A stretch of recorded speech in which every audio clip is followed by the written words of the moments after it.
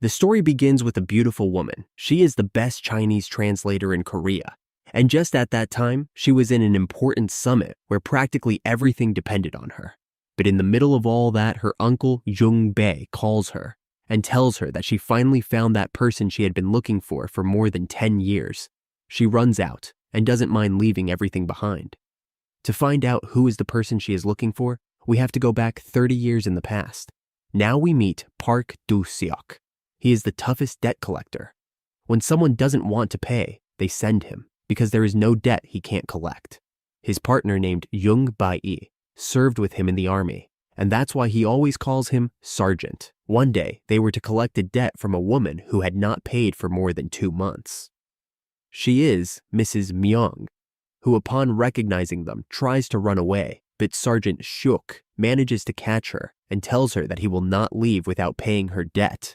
She tells him that she has no money at the moment and that she will pay him all next month. Sergeant Shuk does not agree, and that's why he is not able to collect the debt. That's why he is sent to the army, and that's why he always calls him Sergeant. The girl pinches him and he tries to give her a slap, but the lady gets in the way and it looks like she hit him. She takes advantage of this to ask for help and tries to make a big fuss, but Sergeant Seok doesn't want any trouble, so he tells her that he will leave, but he will take a guarantee. He takes the girl and tells her that tomorrow morning he has to give her the money. The girl cries because he had practically kidnapped her. Sergeant Seok buys her food and toys, but still, the girl does not stop crying. Now we find out that the girl's father did not want to take care of her and that Mrs. Myung was an illegal immigrant from China.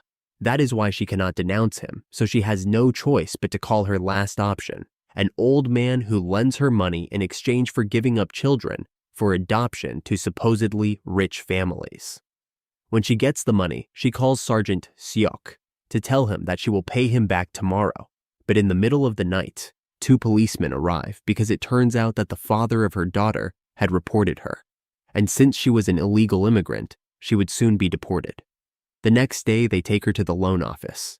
The boss was furious because instead of bringing him the money, they had kidnapped a girl. Sergeant Seok says that it is not a kidnapping, but that they took her as a guarantee. And with that, they would get the money, but Mrs. Myung never arrived because she was already locked up. Later, they want to go look for her, and they ask Seung-yi where she lives, but she doesn't want to say anything. When the traffic light is red, she takes advantage and runs away from the loan sharks. She's very fast and manages to lose them, but Sergeant Seok doesn't want to give up, because if they don't collect on that debt, they won't make money for the next 3 months. Now, we see that Seung-yi comes home and finds the cops looking for her. But again, she managed to hide very well. When she gets home, she remembers the moments with her mother. This makes her miss her, and she knows something bad happened to her. Otherwise, she would have come back to rescue her by now. The next day, Sergeant Seok is called to the immigration offices. Mrs. Myung had sent for him when he finds her. She tells him that he must take care of the girl until a man comes to pick her up and pay the debt. Apparently, she was going to give her up for adoption, since it was the only option she had so that the girl would not be deported. He is upset, but still accepts. Mrs. Myung thanks him and asks him not to tell the truth to her daughter. At home, the little girl had gotten ready to go out to look for her mother. She walked and walked for hours until it got dark and still could not find her mother. While returning home, she passes by a dangerous neighborhood, and a homeless man tries to kidnap her. But luckily, at that moment, Sergeant Seok arrives and manages to save her. She's still scared. She asks him if her mother really abandoned her.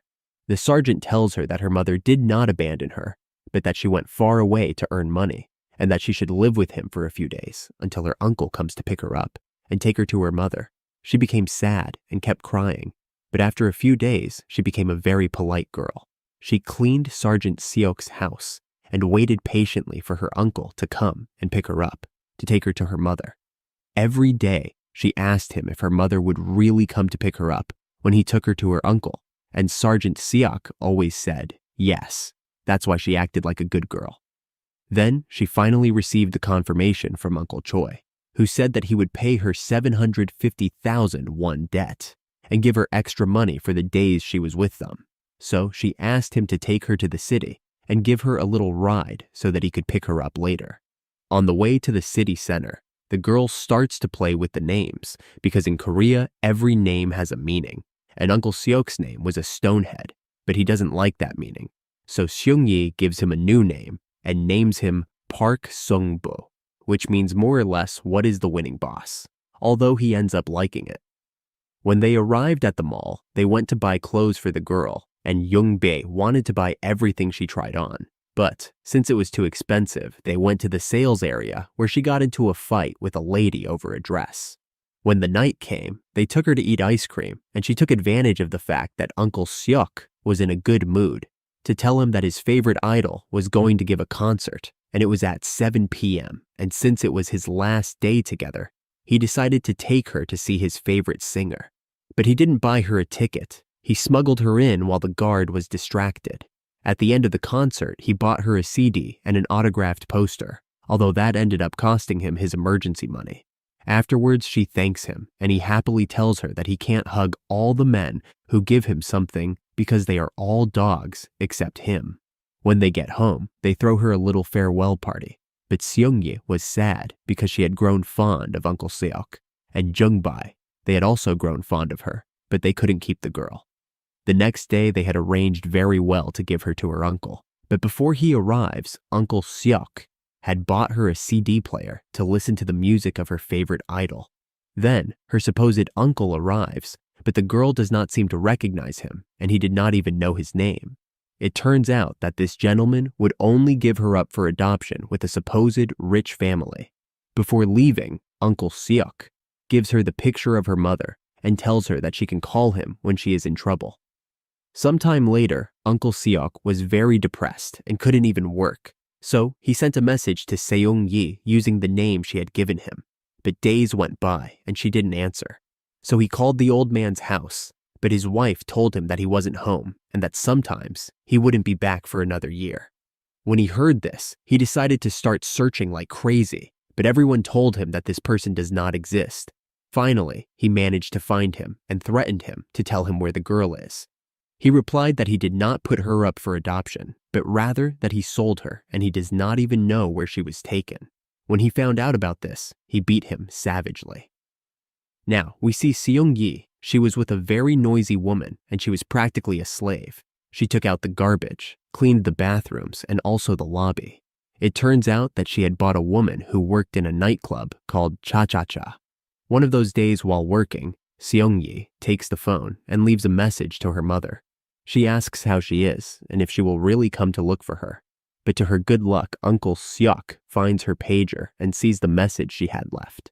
Then, he also leaves her a message and tells her to call him, but he gives her wrong number and she can't reach him. Later, she has to clean up the mess that a drunk customer had caused. The drunk throws a glass, and the glass cuts Seung-yi's face. But the lady, instead of taking her to the doctor, just takes out the piece of glass and puts a bandage on her. Later, she finds another phone and sends a message to Uncle Seok, and this time, he gives her his number, and she can finally call him. She tells him to pick her up, and that she is at a nightclub. Uncle Seok gets very upset and tells her to wait for her there because he is on his way. When they arrive, Seung-yi was waiting for him, and as the place was closed, he breaks the glass to save her. Then the lady comes out, and Uncle Seok confronts her for not taking her to the hospital when she got hurt. He also tells her that he will pay her all the money he paid for her, and on top of that, he will pay for the repair of the door. On the way home, he tells her that she can be calm because now she is safe. The next day, Uncle Seok sells his car to pay the debt to the lady at the club, then takes the girl to the hospital to have her wound checked. And since it is a big wound, he is told that it would be better to take her to a plastic surgeon so that she will not have a scar in the future. And although he had no money, Uncle Seok pays for the surgery so that Seung-yi can have a peaceful life. The only viable solution is for Uncle Seok to adopt her. But she doesn't want to at first because she thinks it would be like giving up her mother. But then Jung-bae explained to her that in reality, Uncle Seok would not be her father. She only had to pretend to be his daughter and study hard so that society would accept him, and in the future, she could be reunited with her mother. This is how they managed to convince her. And the next day, she started her first day of school. Uncle Seok had volunteered to guide the children on the first day, and as time went on, he learned to cook, and Seong-yi became the best student in the school. He had really become a father to her, and so they went on with their lives. After many years, her mother came back to see her, but when she saw how happy they were, she regretted talking to them and preferred to keep things as they were, so she went on with her life. A long time later, Seong-yi entered the university in one of the best positions, and one of those many days, she had her first blind date, and when Uncle Seok wanted to go out to look for her, she arrived at his door with a man and said she wanted to marry him. When they questioned him, it turned out that he was a nice guy who would soon graduate from medical school and was from a good family, and this was also her first blind date. Later, Mrs. Myung's mother, Seong-yi's grandmother, called her. Uncle Seok doesn't tell her anything until he arrives in China and tells her that her mother is very sick and she shouldn't hold a grudge because it will only end up hurting her.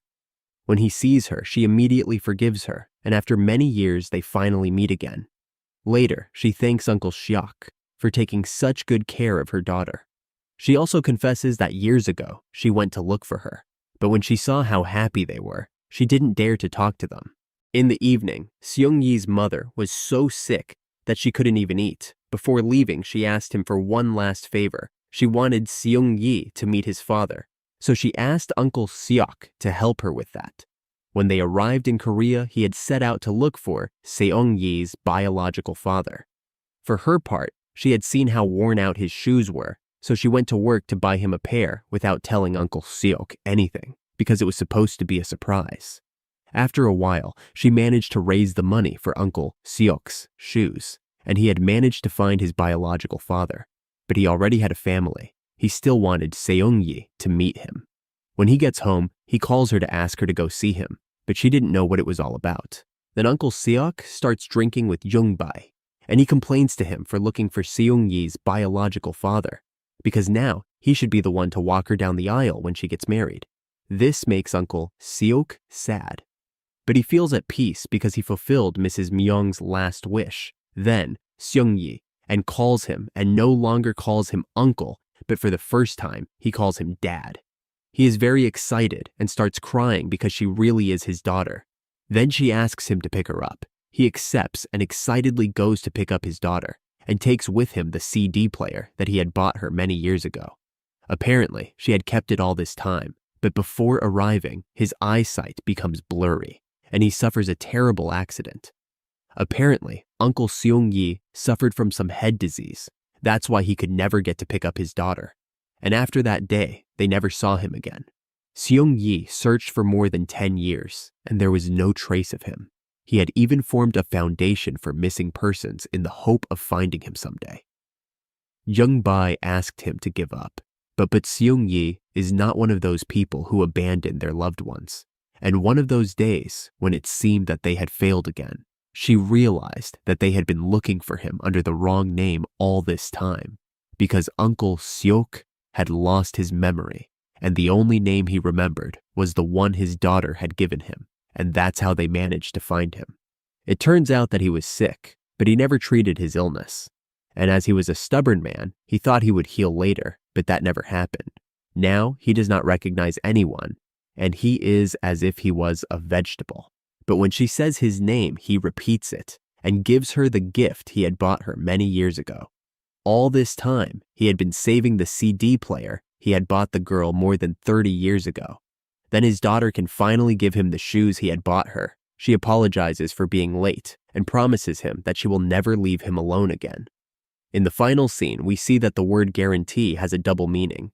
It is something that over time grows and blooms to become a great treasure. And that is how this story ends. If you liked it, don't forget to like and subscribe to the channel to not miss any summary. See you in the next story.